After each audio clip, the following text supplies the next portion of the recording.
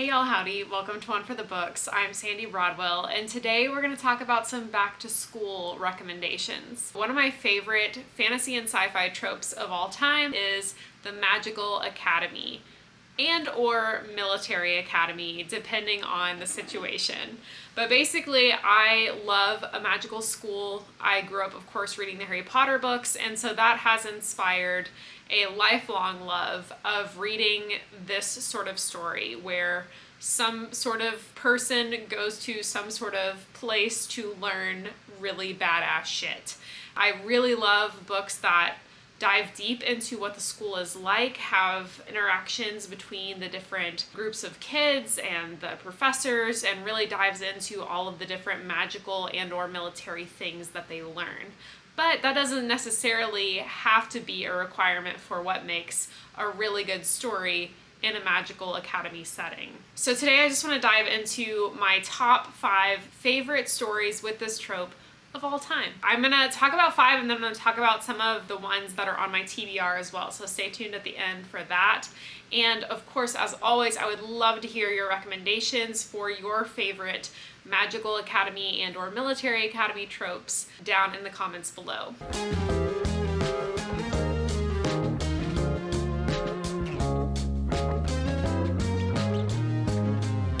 Going in order from oldest to newest, my oldest recommendation on this list and in my top 5 favorites of all time is Ender's Game, which was published in 1985 by Orson Scott Card. Ender's Game is the kickoff of the Ender Saga series, which I believe is 6 books. It also had a spin-off series called Ender's Shadow. I believe I read most of these books, at least at the time when I read them the first time around, which was when I was in middle school. I absolutely love Ender's Game. I know I've read it at least twice. I would really like to read it again as an adult because I know that it is going to hold up. Don't watch the movie, it's not worth it.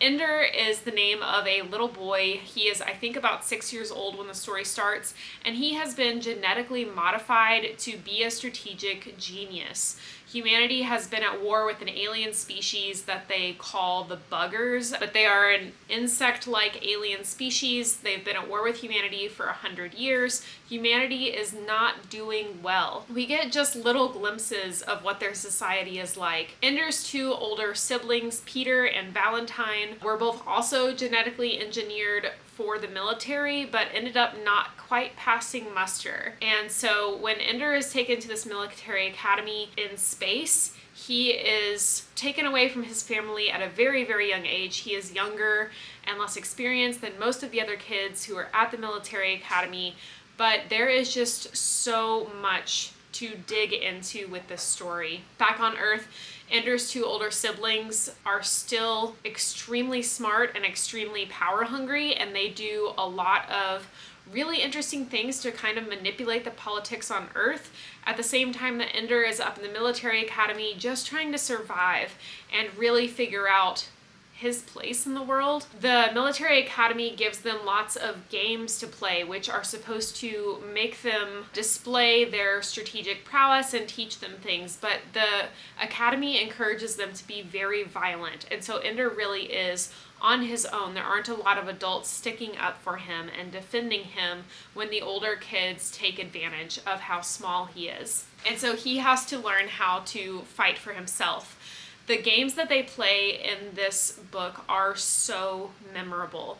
There's a video game, there's a specific scene from the video game that I won't get into that has stuck with me all through these years. And also they play an interactive game that's sort of like what I would call like zero gravity 3-dimensional soccer that is like a battle, like a stand-in for like space battles. These sorts of things are super duper cool. The academy itself is very violent, it's very dark, and the ending of this book is just an absolute gut punch. It really set up the anticipation for the rest of the series. The second book on this list came out in 2007, and that is going to be The Name of the Wind by Patrick Rothfuss.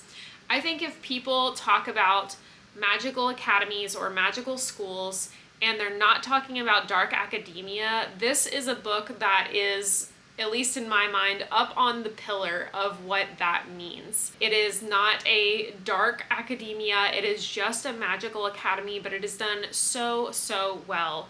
People talk all the time about Patrick Rothfuss's writing and how beautiful and poetic it is, and that is on full display in The Name of the Wind. The Name of the Wind is a coming-of-age story for a young man named Kvothe. He is an older man looking back on his younger days and telling the story of his life. This is the first book in the Kingkiller Chronicles, and so we know that at some point Kvothe has a big downfall because he is accused of killing the king. However, we never really get to see that, at least in the first book in the series. The first book is all about really his rise as a wizard, as a man of renown, and it starts off when he is a child. He grows up, his parents are part of a musical troupe and they travel around the country and do performances. Something tragic happens, he ends up living a hard life as an orphan on the streets, and then eventually gets accepted into this very prestigious magical academy where he learns magic. This magical academy has everything that anyone who likes this trope desires. It has a mysterious library, it has secret underground tunnels, it has the student and professor dynamics, it goes into the schoolwork and the experiments and the scholarship of it all. It's so, so good. There's also a theory that Kvothe is somewhat of an unreliable narrator, which comes more into light in the second book in the series, but perhaps we will really never know because this series has not been completed and there is no timeline on when and if the third book will ever come out. Despite all of that, I still think The Name of the Wind is absolutely worth your time. It is truly, truly one of the greats in fantasy. Skipping ahead 10 years to 2017, let's talk about Red Sister by Mark Lawrence. I have now read 3 different series by Mark Lawrence, and Book of the Ancestor is by far and away the best of the 3 different series that I have read from him.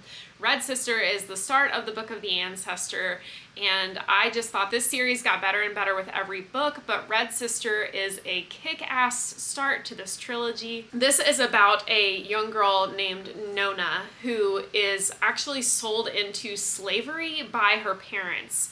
And through that, she ends up in some fighting rings and eventually gets rescued by the Sisters of Sweet Mercy and is taken to their convent, which is basically like a convent for magical warrior nuns. Basically, think of like ninja witches. If ninja witches sounds cool to you, I highly, highly recommend picking up Red Sister.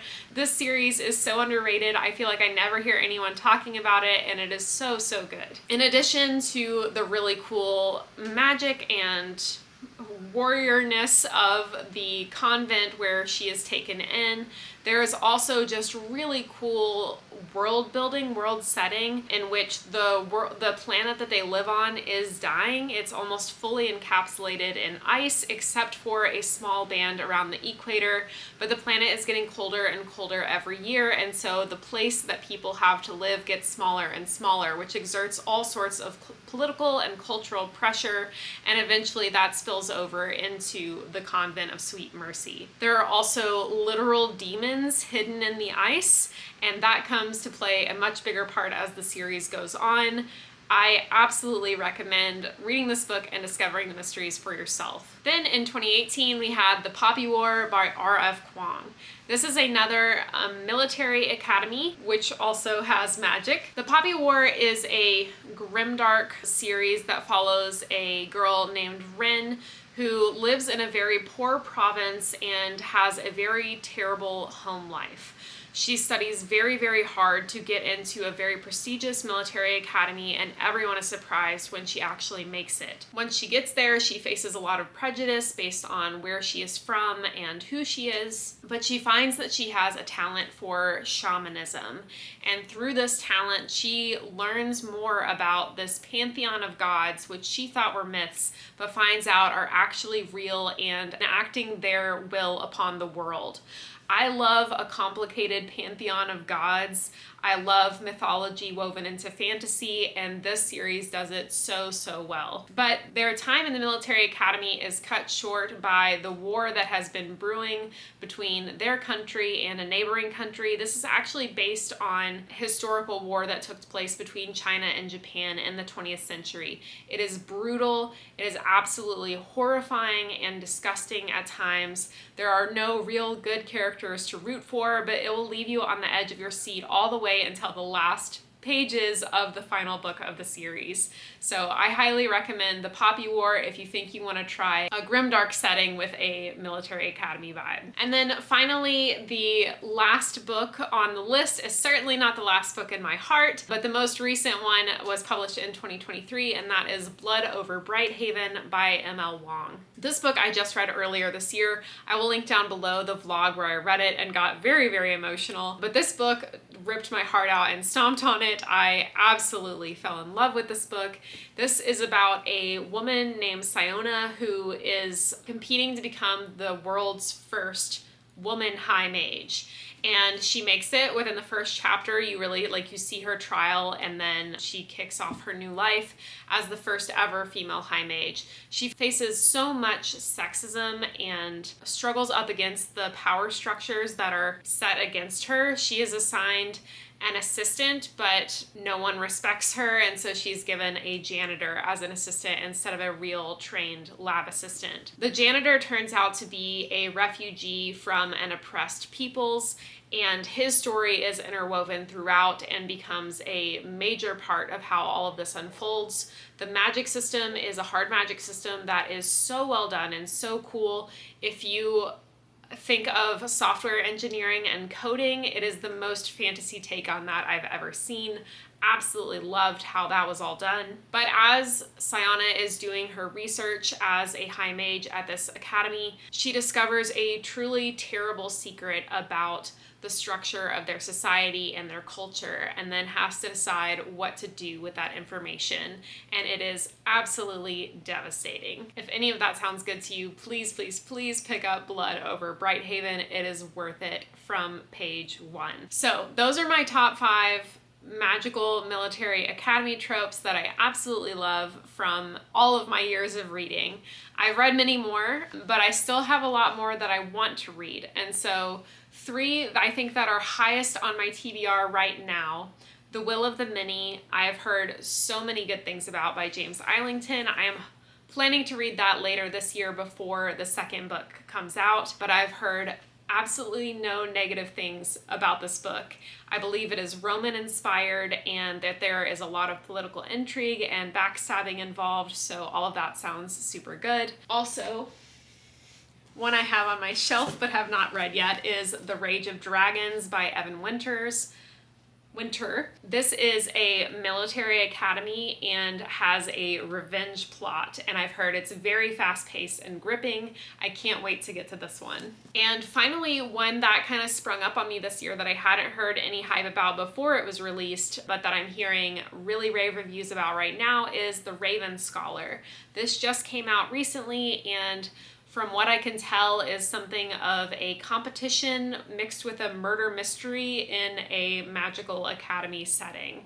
So all that sounds super good, and like I said, those are probably my top 3 on my TBR right now, but I would love for you to add some more to my TBR down in the comments below. Please share what your favorite magical and military academy tropes are, and I would love to read those books coming up soon. Thanks so much for hanging out and tuning in. If you are someone who is headed back to school, best of luck with your semester, and as always, please be kind, read more books, and hit the subscribe button down below for more bookish content to come. I'll see you again soon.